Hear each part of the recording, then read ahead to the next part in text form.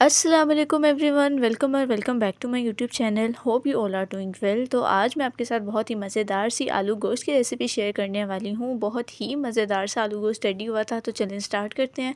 सबसे पहले कढ़ाई में 4 to 5 tablespoon cooking oil add करेंगे और फिर इसके अंदर 1 tablespoon ginger garlic paste add करके इसे अच्छे तरीके से भून लेंगे। इसके बाद इसमें हाफ़ kg मटन ऐड कर देंगे। मटन ऐड करने के बाद अब इसे हमने 7 to 10 मिनट्स के लिए अच्छे तरीके से भून लेना है। अच्छे तरीके से जब आप लहसुन अदरक के पेस्ट में मटन को भून लेंगे ना, तो फिर ही इसमें से स्मेल निकलेगी और फिर इसमें एक बड़े साइज़ का प्याज डाल के इसे 7 to 8 मिनट्स के लिए मज़ीद अच्छे तरीके से पकाएंगे और फिर इसके अंदर स्पाइसेस ऐड कर देंगे। सबसे पहले मैंने 1 टेबलस्पून सॉल्ट ऐड किया है, 1.5 टेबलस्पून रेड चिली पाउडर और 1 टीस्पून इसमें टर्मरिक पाउडर ऐड करके इसे अच्छे से मिक्स कर लेंगे। साथ ही इसके अंदर 1.5 ग्लास पानी ऐड करेंगे।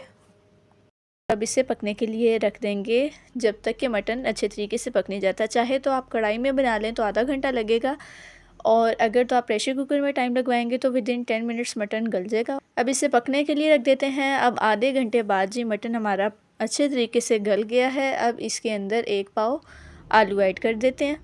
आलू ऐड करने के बाद अब इसे 7 to 8 मिनट्स के लिए अच्छे तरीके से भून लेंगे। अब इसके अंदर 2 टमाटर ग्राइंड करके वो ऐड कर दिए थे। टमाटर मैंने इसलिए बाद में डाले हैं ताकि जो आलू है अच्छे तरीके से गल जाएं। अब इसका पानी ड्राई होने तक इसे पकाएंगे।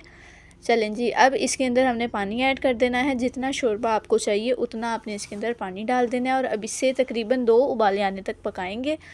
फिर इसके अंदर 1 टीस्पून गरम मसाला ऐड करके इसे अच्छे से मिक्स करेंगे और फिर इसे डिश आउट कर देंगे। तो बहुत ही मज़ेदार सा मेरा आलू गोश्त रेडी हो चुका है। Do try this amazing recipe. I will be back with the new recipes. Till then, अल्लाह हाफिज़।